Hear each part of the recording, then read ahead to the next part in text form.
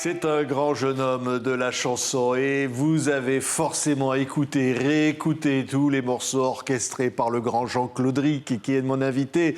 Un gamin Jean. Alors évidemment, je pourrais dire Mireille Mathieu, je pourrais dire Fernandel, Bourvil, Enrico Macias, tant d'artistes, Pierre Perret, tant d'artistes et tant de souvenirs avec Michel Drucker, Michel Sardou, Michel Delpech, les émissions de Pierre variété, Perret. les émissions de Guy Lux. Alors là, Jean, parce que le grand gamin que j'ai devant moi, il a 95 et demi, c'est ça? Voilà, Ah. 95 et demi. 95 et 15 et demi. demi. Et 13 septembre. Je suis né le 13 septembre. en 1930, Algérie, Ah, on va 1930, reparler. Alger, voilà. Alger. On va reparler de ce parcours incroyable. Mais 1930, le centenaire du débarquement des Français en Algérie. c'est ça, oui. Septembre, le plus beau mois de l'année, quand la chaleur du mois d'août laisse la place à la tiédeur et à la douceur de vivre. Oui. Et déjà, le 13, il y avait des chiffre chansons. porte-bonheur, chiffre vrai. mythique. C'est vrai. Des milliers de gens n'achètent-ils pas un billet de loto le 13, le Et c'est vrai, vendredi 13 et c'est vrai, Jean, que la musique, ces musiques sont des musiques de bonheur. Alors on va entendre quelque chose, on va entendre beaucoup de musique dans cette émission. Écoutez d'abord ça, parce que ça c'est un disque qui sort. Hein, et c'est tellement un bonheur d'écouter ce disque qui s'appelle Aznavour Symphonique. Regardez, Voilà. regardez. La pochette est super. Voilà. Alors, on va entendre Emmenez-moi. C'est Jean Claudric qui dirige l'orchestre symphonique Colonne. Écoutez ça.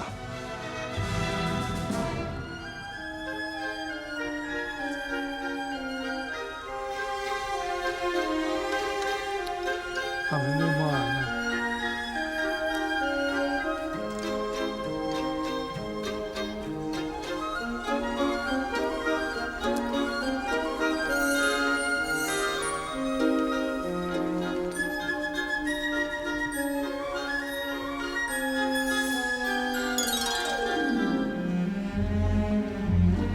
Alors, c'est tellement beau, Jean. On va garder la chanson, on va garder la musique derrière nous, là, pendant qu'on parle. C'est Charles Aznavour. Quel immense artiste, Charles. Alors, Charles Aznavour, à une certaine époque, je ne le connaissais pas. Enfin, je le connaissais comme ça, mais on ne s'était jamais rencontrés. Et un jour, j'étais sur un plateau de télé avec mes 35 musiciens pour un show de Bariti et Gilbert Carpentier. Je répète l'indicatif avec l'orchestre. Bariti vient me voir et elle me dit « On va avoir un invité surprise. C'est Charles Aznavour. » J'ai dit « Formidable, mais je n'ai pas de partition. » « Ne t'inquiète pas, il vient avec son secrétaire qui a toutes les partitions. » Charles Aznavour arrive, il me tend la main. « Bonjour, maestro. » Je dis « Monsieur Aznavour, je suis ravi de faire votre connaissance. » Il me dit « On va chanter. » Papa, dada, mourir d'aimer. Oui. Et je voyais déjà. Le secrétaire me donne les 2 scores de direction. Il distribue les partitions à tout le monde. Et Charles me dit, on commence par mourir d'aimer. Et on enchaîne par, je voyais déjà, 3, 4. Et Charles commence à chanter. Et je m'aperçois qu'il ne chante pas en mesure. J'arrête l'orchestre. Ah, il a dû être Il se retourne et me dit, surpris, mais Jean, là. pourquoi vous arrêtez l'orchestre? Je lui dis, excusez-moi Charles, mais parce que depuis un moment, vous ne chantez pas en mesure. Alors, il me dit, comment ça, je ne chante pas en mesure? Bah, j'ai dit, vous êtes en décalage sur le... Ah, il me dit, Jean, il faut que je vous dise quelque chose. Alors j'ai dit, j'ai cru que vous y étiez trompé. Et Charles me dit, je ne me trompe jamais. Ah, ça c'est... Seulement, il faut que je vous dise quelque chose. J'aime me balader sur les temps. Je me balade sur les mesures. Vous inquiétez pas, on va arriver ensemble à la fin. Alors je reprends et il se balade sur le... et on est arrivé ensemble à la fin. Ensuite, je voyais déjà... On termine. Bariti vient nous inviter à boire un verre. On va vers le bar. Grande table rectangulaire. la nappe blanche, des verres, des bouteilles. Un garçon habillé veste blanche, voilà, de papillon. On boit un verre. Et Charles Aznavour me dit, vous avez un orchestre formidable. Et je dis, mais l'arrangement de Paul Moria, à mourir d'aimer, est très, très bon. On me dit, oui, je sais. Mais ce qu'il a fait de formidable, c'est l'arrangement de Je me voyais déjà. Oui. Ah, j'ai dit, ah non, Charles. Ce n'est pas Paul Moria qui a fait l'arrangement de Je me Comment voyais ça, c'est déjà. pas Paul Moria? C'est moi. C'était vous? Alors il me dit, comment ça? Comment ça, c'est vous? Eh ben, j'ai dit, il y a quelques années, quand Paul Moria a enregistré votre disque, une semaine après, il m'appelle pour me dire, Jean, nous sommes lundi. Lundi prochain, j'enregistre 12 titres pour Charles Aznavour. J'ai écrit 6 arrangements. Je viens d'écrire 2, ça fera 8. J'ai donné 2 titres à arranger à Jacques Dangean. Et il faut que tu m'en écrives 2, ça fera 12. Oui. J'ai dit, j'arrive. Il me donne la cassette avec 2 titres. Je retourne chez moi, je lui demande le texte. Je fais un arrangement d'une chanson et je me voyais déjà. En haut de l'affiche, en 10 fois plus gros que n'importe qui, mon nom J'ai lu le s'étalait. texte 10 fois de suite et je me suis mis à écrire. J'ai mis 48 heures pour écrire cet arrangement. Et le lundi suivant, donc, j'ai porté les partitions à Paul Moria, qui l'a enregistré. Et avant l'enregistrement, il me dit, mais il y a une percussion. Une percussion, j'ai dit, oui, avec xylophone, très important. Ah, il me dit, mais moi, je n'ai pas de percussionniste dans mon orchestre. Parce qu'il n'y a aucune percussion dans aucun arrangement. Ah, mais je dis, le xylophone est très important. Il me dit, Jean, le xylophone, le clavier, c'est le même que le piano, en plus petit. Alors, c'est toi qui vas jouer Ça du fait xylophone. string, comme ça, là. String. Mais j'ai dit, moi, je n'ai jamais joué le xylophone. Le piano, ça se joue avec les doigts. Le xylophone se joue avec des baguettes en bois, avec des petites boules. Il ne faut pas taper à côté. Il me dit, débrouille-toi. Je me suis mis au xylophone, on a enregistré. Donc c'est vous. Et j'ai joué du C'est xylophone. vous qui jouez du xylophone sur Je me voyais déjà. Je voyais déjà. Et c'est vous qui avez arrangé ce titre quand vous On entendez. écoute ça on Je me écoute. voyais. Oh, on va en écouter une autre. Tiens, et ça dit quoi, hein? Mon amour, l'amour, mon Dieu, l'amour. Et Ah, là, l'amour, on a mon la Dieu, voix l'amour. de Charles Aznavour, arrangement, orchestre, Jean-Claude Ric. Écoutez, Alors, c'est encore Paul Moria écoutez qui ça, m'appelle. écoutez ça, Jean, écoutez. qui me dit, je dois Attendez, enregistrer. Jean, écoutez. L'amour à contre-cœur, l'amour à contre-temps.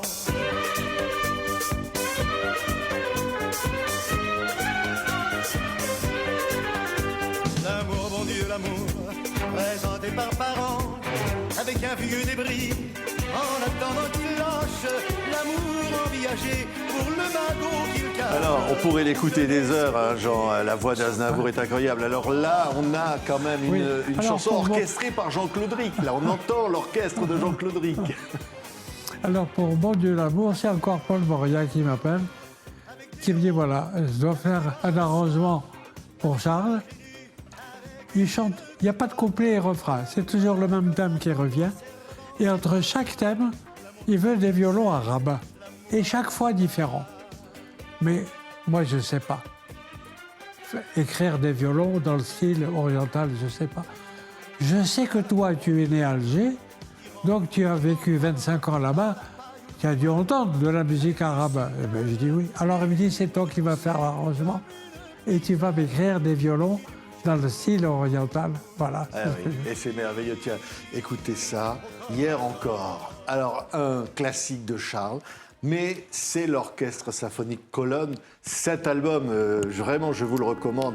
C'est, allez, enregistré dans les années 80, mais En c'est 1980. voilà, mais c'est comme un nouveau disque avec cet orchestre symphonique merveilleux. Et c'est Jean-Claude Ric qui est à la baguette. Écoutez, Jean, on écoute.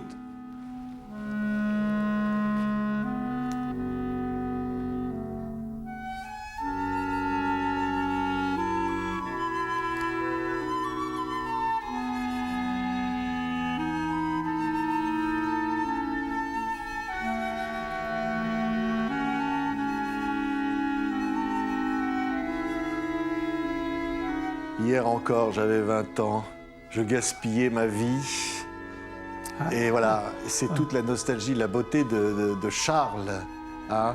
Alors, Charles, si je vous montre ça, Jean, Charles Aznavour chante Bernard Dimet. C'est Jean-Claude Ric qui a fait tous les arrangements, qui a dirigé. Et celui-là, ça s'appelle Colore ma vie. Ça aussi, c'est un des derniers albums d'Aznavour. Jean, je peux vous derrière. dire quelque chose sur Bernard Dimet.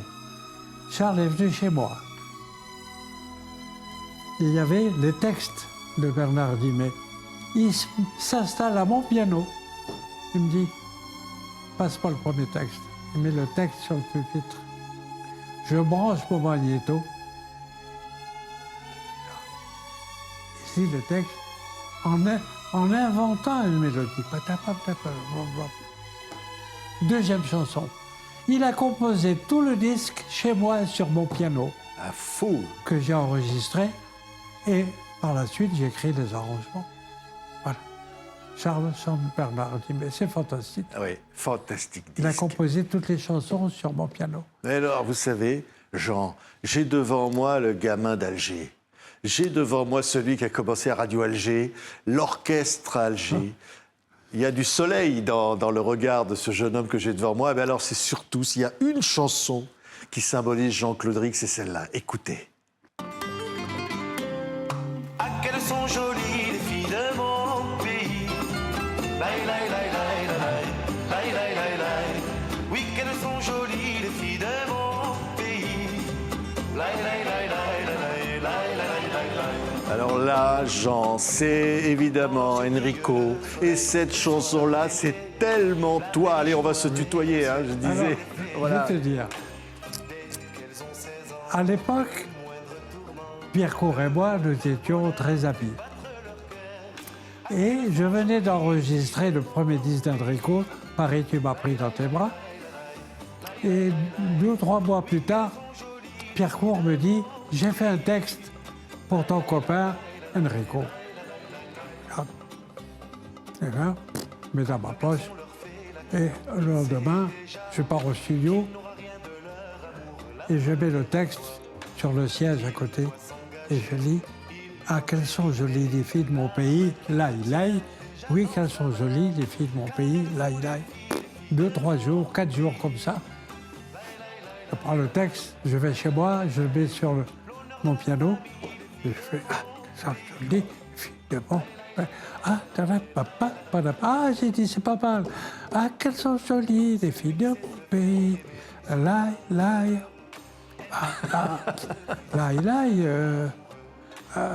J'ai pas assez de mots pour faire 4 mesures.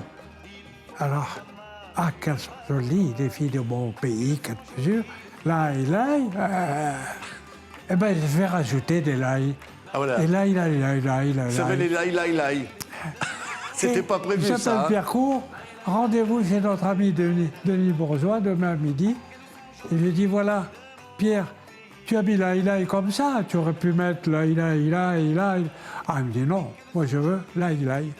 Ah ben, il me dit pourquoi tu as fait une musique avec 3 ou 4 laï. Ah ben, j'ai dit avec beaucoup plus. Et je lui joue. Et nous étions dans un grand hall chez Denis Bourgeois où il y avait 3 bureaux, porte ouverte, avec 2 employés. Couplet. Deuxième refrain. Ah, qu'elles sont jolies, les filles de mon pays. Et tout le monde sort des bureaux en disant laï. C'était gagné, là. Ça. Couplet. Troisième refrain. Ah, il y avait un grand escalier.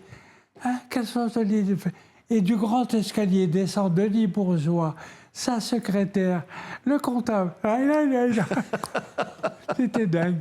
C'était gagné. Et Enrico, qu'est-ce qu'il a dit quand il a vu ça? On est allé voir Enrico au studio le lendemain. C'était l'heure de la pause. Il y avait 3 studios à Boulogne. Tous les musiciens sont sortis lors de la pause. Et pareil, je me mets au piano. Au deuxième refrain, tous les musiciens qu'il y avait dans le hall sont venus. en tapant dans les mains. C'est une histoire de dingue. Et Enrico, il a dit, bah, ce sera Et mon on l'a enregistré, il a vendu 4 millions de Ben oui, disques. ce sera mon Lai Lai 4 Lai. millions de disques. C'est le Lai Lai Lai de Jean-Claude Ric. Voilà, c'est lui, Voilà. l'auteur du Lai Lai Lai. Et puis, il y a les gens du Nord.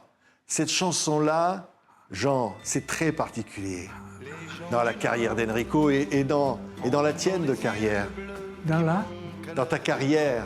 Oui. Ah bah,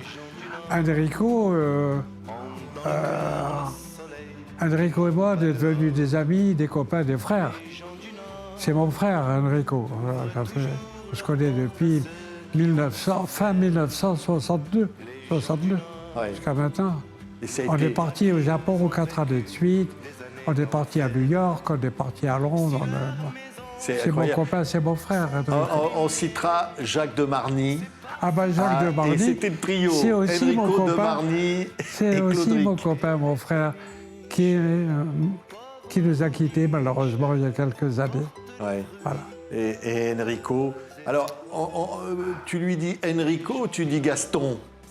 C'est Jacques de Marny qui appelait Gaston. Quand il voulait parler d'Enrico, il disait alors Gaston, comment on fait ici, ça, Gaston?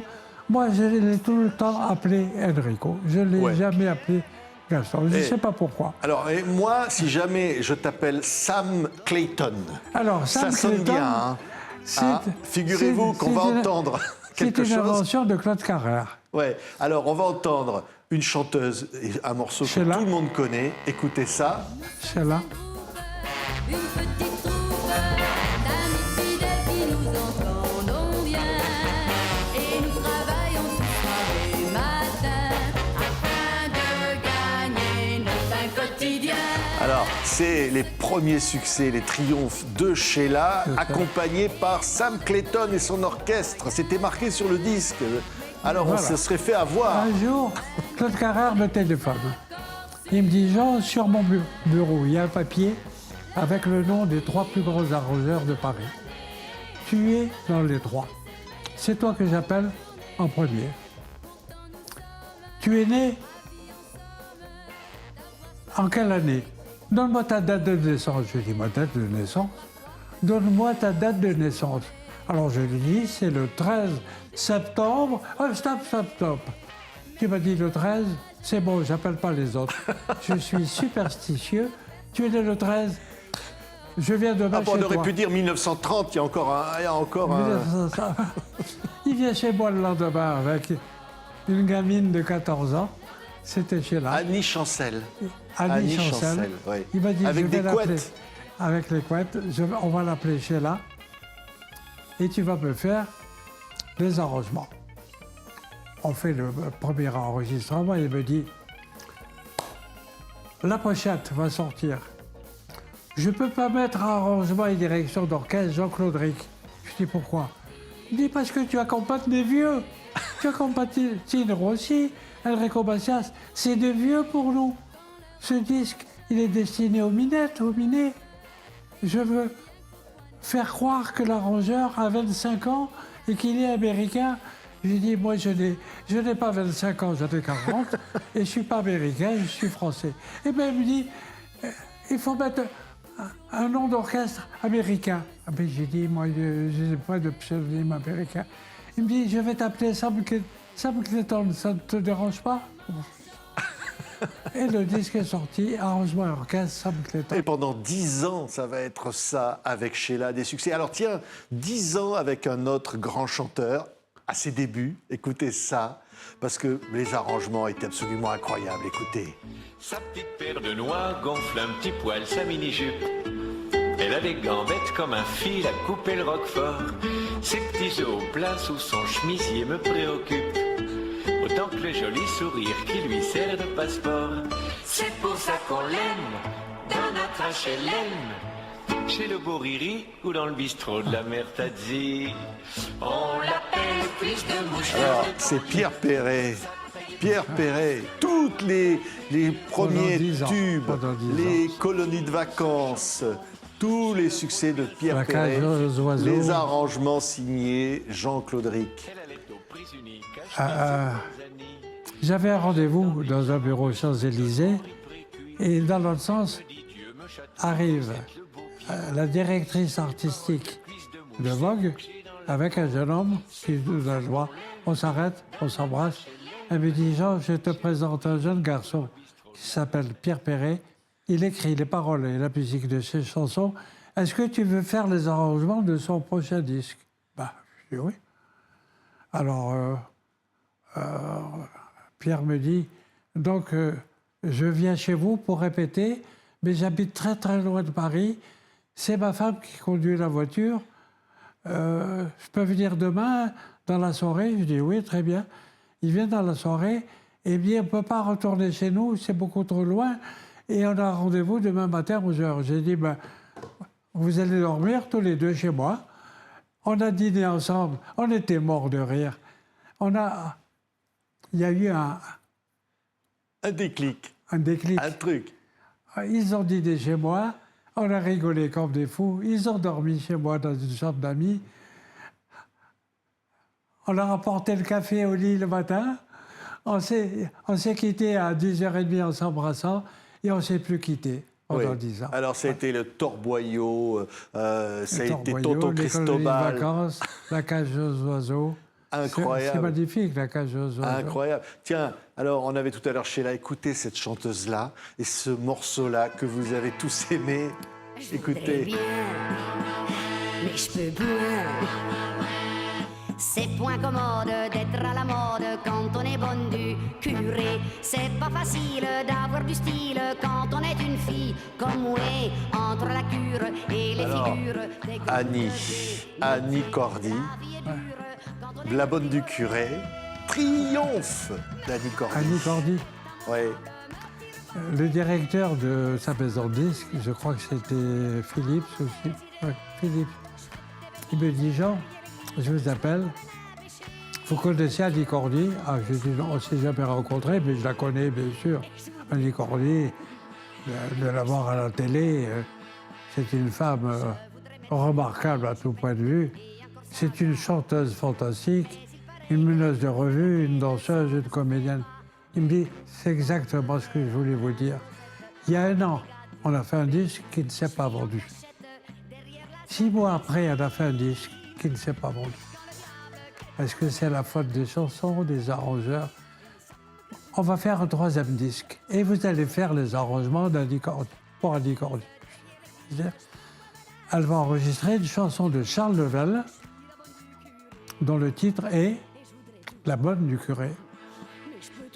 Il m'envoie la maquette par courrier, je fais les arrangements, je convoque ma section rythmique et on se retrouve au studio. Annie Cordy arrive, elle vient, elle m'embrasse comme si on se connaissait depuis 10 ans. Et elle voit, oh, Ciccarelli à la batterie, Slim Pesin à la guitare, Arvanitas au piano, Padovan à la basse, mais tu as les meilleurs musiciens de jazz pour enregistrer La bonne du curé, qui est une sardane, qui est une bourrée en Auvergne. Mais comment ça? Mais j'ai dit justement, mon arrangement, c'est pas une bourrée en Auvergne, une sardane. J'ai créé un arrangement très moderne. Je lui joue l'arrangement. Elle a enregistré, elle a vendu 2 millions de disques.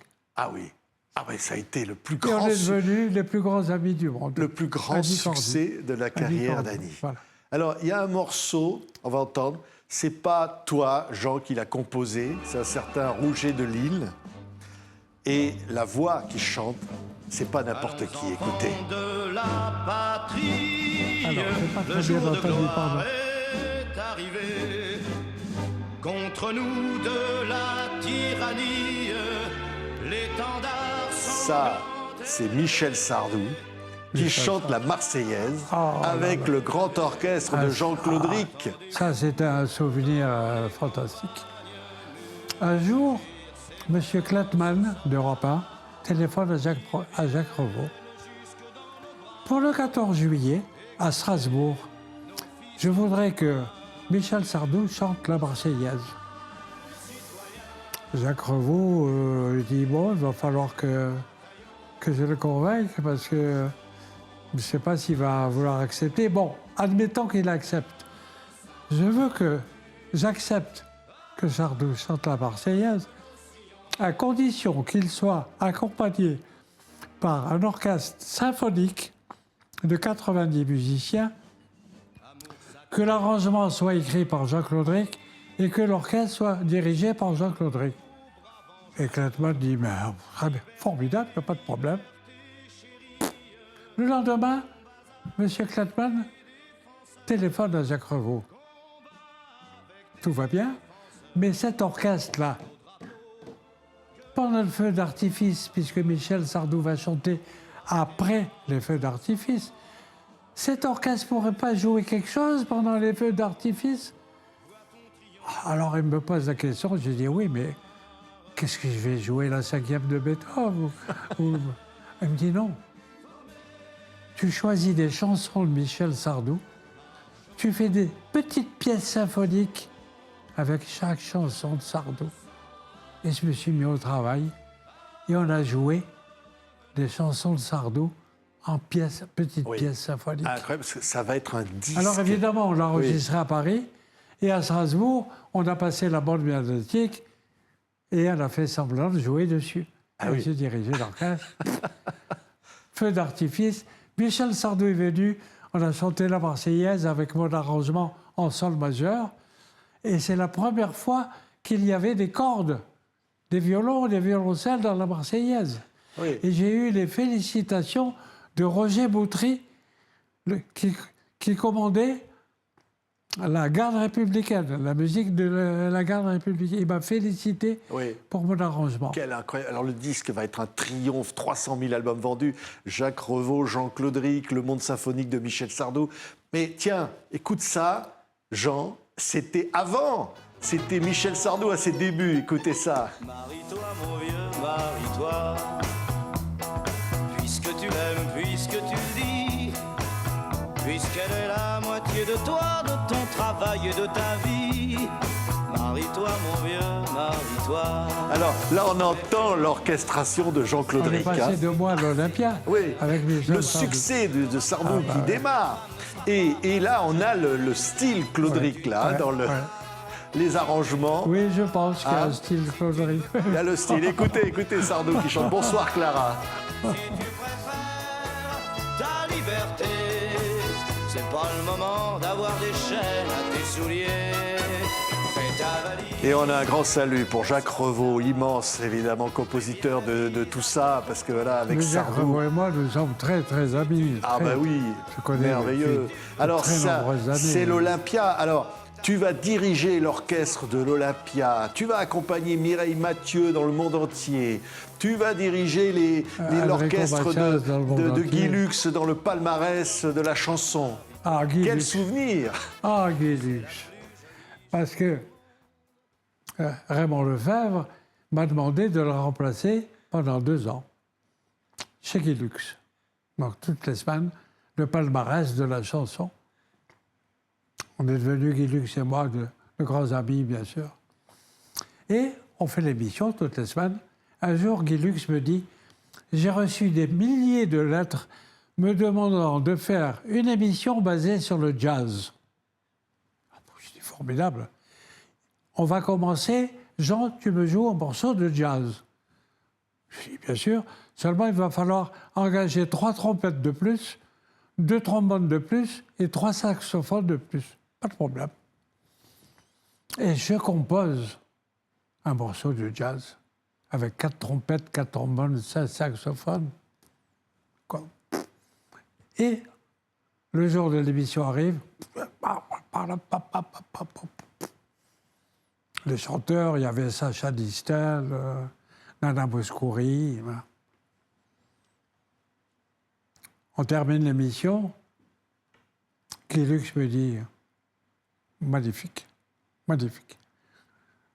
On recommence des émissions dans le style habituel.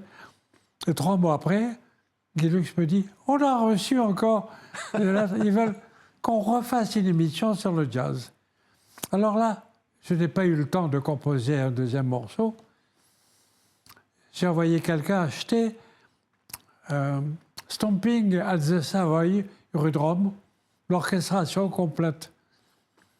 Et je joue Stomping at the Savoy, le jour de l'émission. Et la semaine d'après, on se voit. Guilux n'était pas content. Il me dit, tu sais, tu as voulu composer un morceau, là, Stomping at the Memphis, là. C'était très mauvais. Le premier, qui s'appelait I Can't on Basie, ça, c'était bien. Ah, c'était vraiment un expert du jazz, hein, Guy Lux. Hein. Le C'était... premier, j'avais intitulé I Can't on Basie, Ouais. c'était ma composition. Alors, Guy Lux, bien sûr, c'était un type comment, Guy Lux? C'était un type extraordinaire, Guy Lux. C'était un homme merveilleux, Guy Lux, merveilleux. Il avait une façon de diriger son émission, d'attraper les chanteurs, les chanteuses, de les mettre en l'aise, de les propulser. C'était extraordinaire. Ouais. Moi, j'ai passé 2 ans avec Guy Lux, fantastique. Alors, il y a eu une émission du Palmarès des chansons avec ce chanteur-là, mais qu'il avait connu comme acteur, mais qui restait dans toutes les mémoires. Écoutez ce chanteur avec l'orchestre de Jean-Claude Ric. Écoutez cette voix. Lorsque je suis né, mes parents étonnés firent tout d'abord un drôle de nez. Quand vint le docteur, j'appris avec stupeur que j'aurais pu être ma sœur. Quand on s'aperçut que j'avais quelque chose en plus, ils me baptisèrent alors tout ému. Ignace, Ignace. Alors, c'est évidemment le palmarès de Fernandel avec l'orchestre de Jean-Claude Ric. Accompagner Fernandel, c'est un sacré souvenir, non, Jean? Oh, Fernandel, c'est une montagne.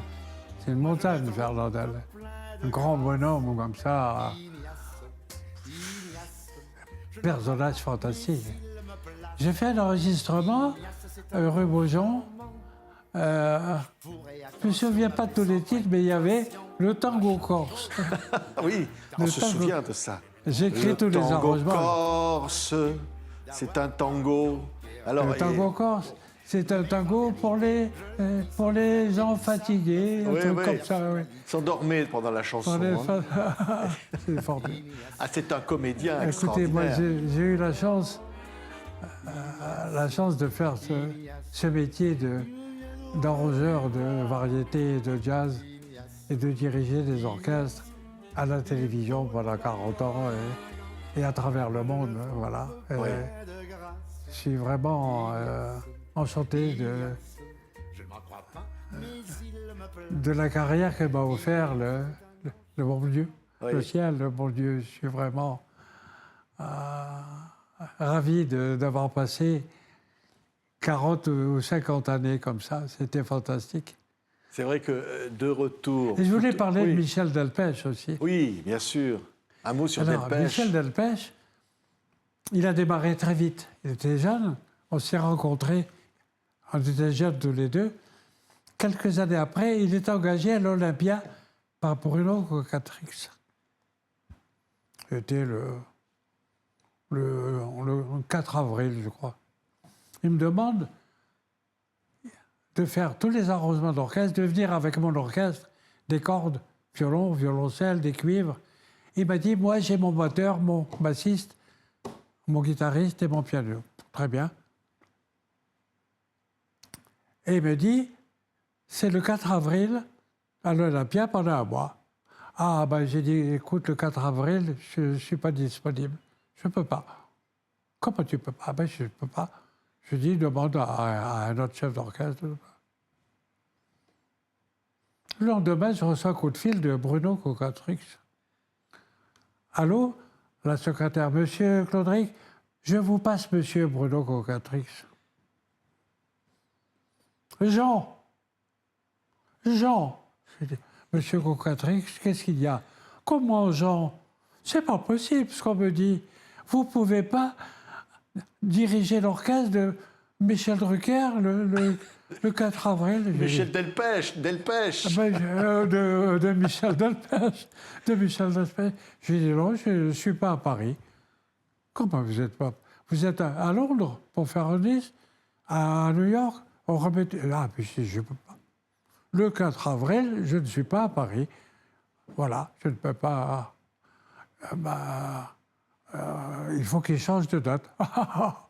Mais il me dit, on n'a jamais déprogrammé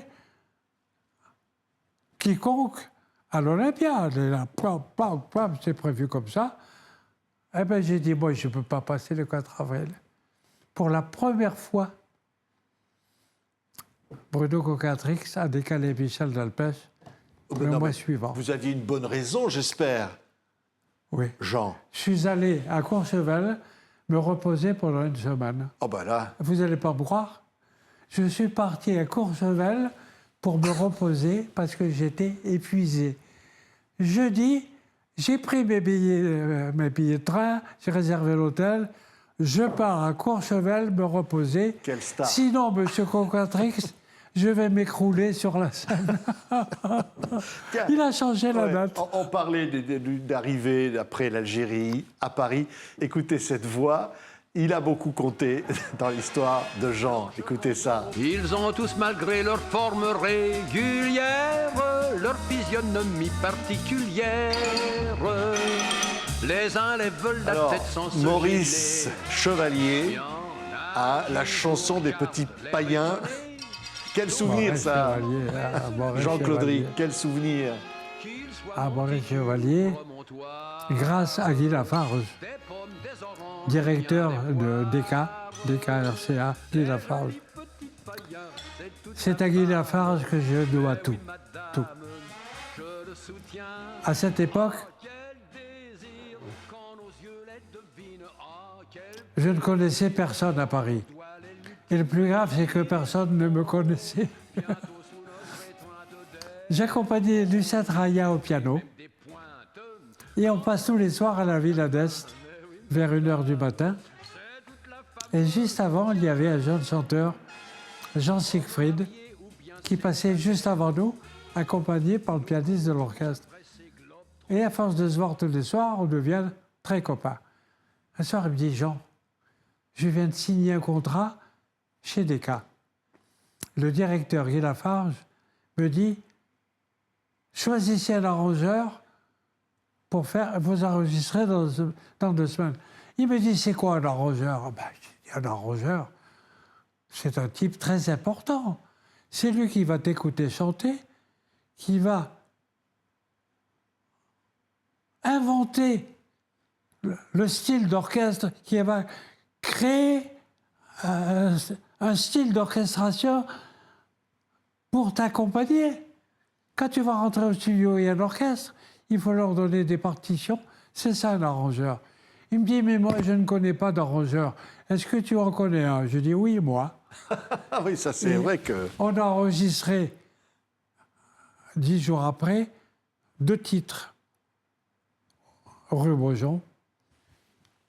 Et j'avais les meilleurs musiciens de Paris. L'ingénieur du son prend le téléphone. Monsieur Guy Lafarge, excusez-moi de vous déranger. Vous devriez descendre au studio parce qu'on a un jeune arrangeur avec une petite moustache blonde, on ne sait pas qui c'est, on ne l'a jamais vu. Il est en train d'enregistrer des arrangements fabuleux. Et Guy Lafarge descend. Il me dit, c'est vous qui avez écrit ça? Et je dis, oui. Quand vous terminez, montez me voir dans mon bureau.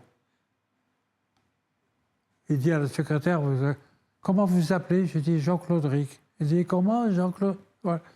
Et je suis monté voir Guy Lafarge. C'est vraiment vous qui avez écrit ça,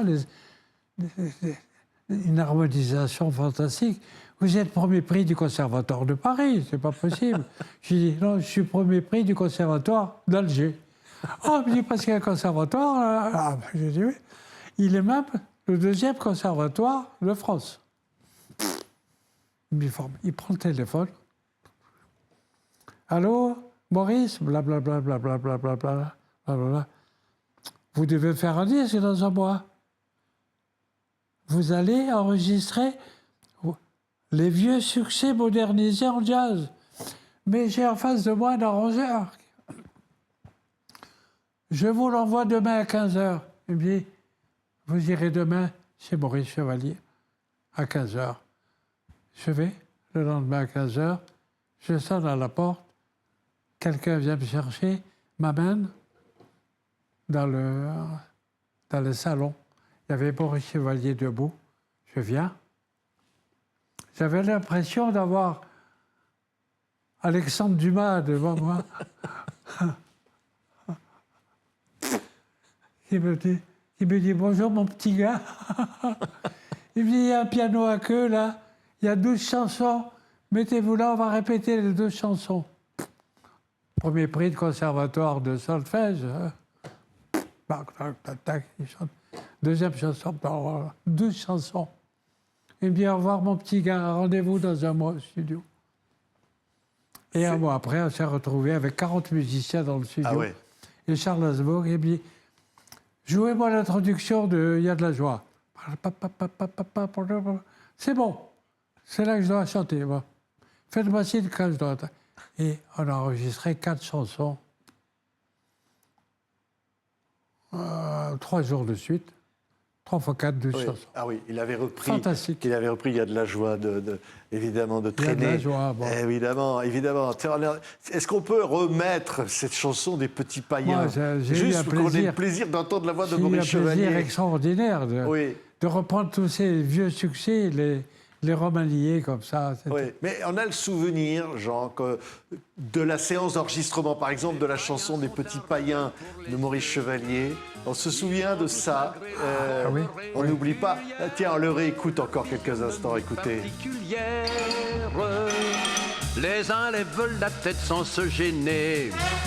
Il y en a qui vous regardent l'air étonné. D'autres pudiquement baissent le nez.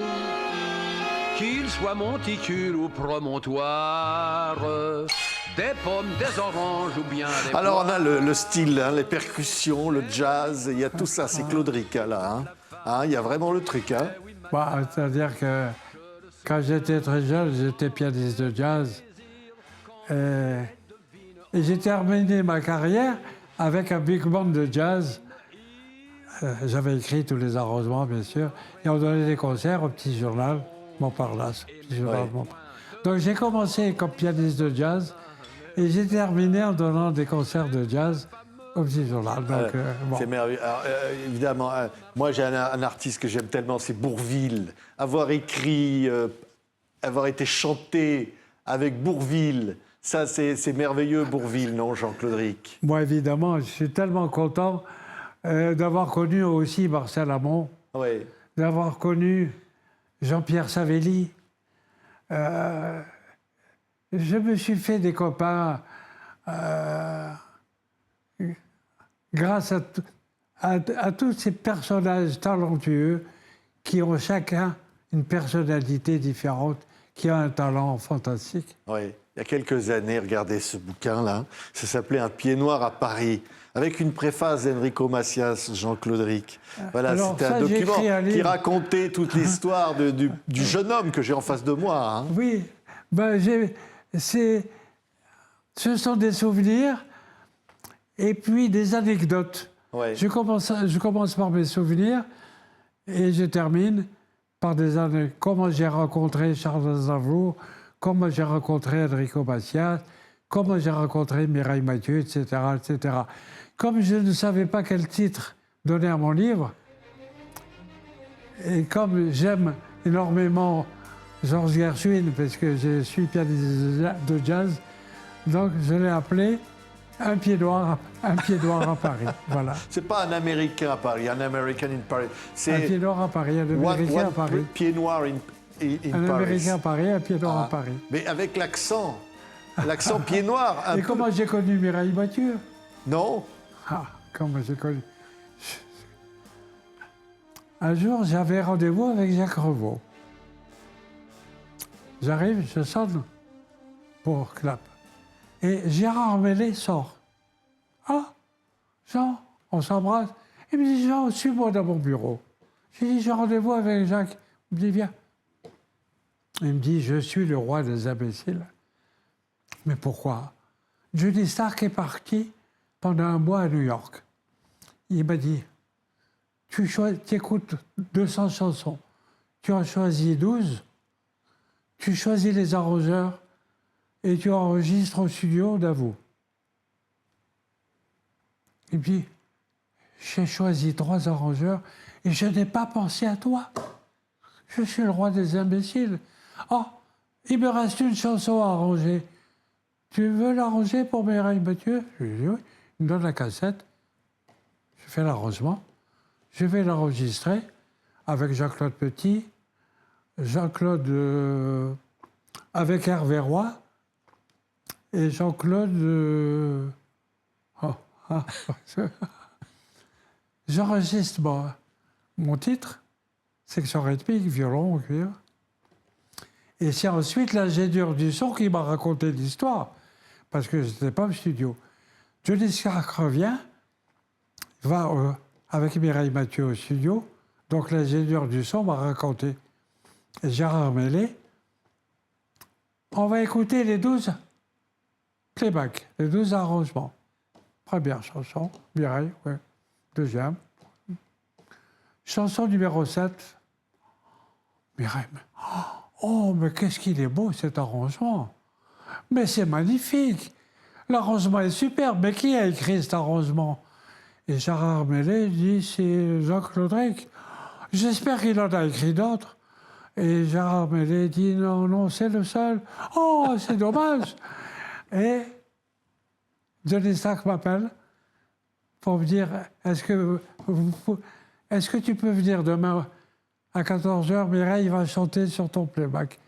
Je suis arrivé, Mireille m'a embrassé, et ça, notre histoire a commencé comme ça. Oui, mais quelle histoire. Moi, j'ai vu... On ne s'est plus quitté pendant 33 ans. 33 ans, j'ai vu Mireille Mathieu chanter avec le grand orchestre de Jean-Claude Rick derrière sur scène à l'Olympia, avec les musiciens qui s'agitaient. On est passé au Palais des Congrès avec un orchestre symphonique. Le public debout. Écoutez, parce que Jean-Claude Rick, c'est un immense musicien. Écoutez, cet Aznavour symphonique, avec l'orchestre symphonique Colombe, c'est un nouveau disque.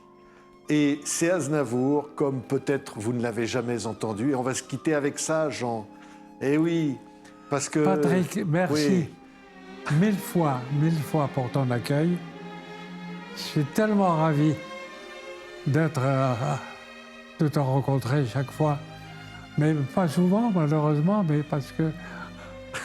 Mais quel plaisir, 7 heures passées en ta compagnie. Mais c'est pareil. Voilà. Et surtout... Et moi, je t'applaudis. C'est surtout pour le Moi, je public t'applaudis. qui est Merci le 1000 plaisir. fois. C'est pour le public, pour tous ceux qui nous écoutent, qui nous regardent en ce moment. Le plaisir Alors, de voir un grand artiste. Ce disque Voilà, regardez-le. Ouais. existe aussi en CD. Ah oui, il existe en CD. Tenez, voilà, Il j'ai oublié de le existe en montrer. CD. Regardez, il est là. Voilà. C'est la bohème qu'on entend là. Écoutez, la bohème, Jean-Claude Rick, l'orchestre symphonique Colonne, et la magie est là. Merci, merci jeune homme. On se revoit dans À pas bientôt, longtemps. Patrick. Merci À Jean-Claude bientôt. Rick, merci.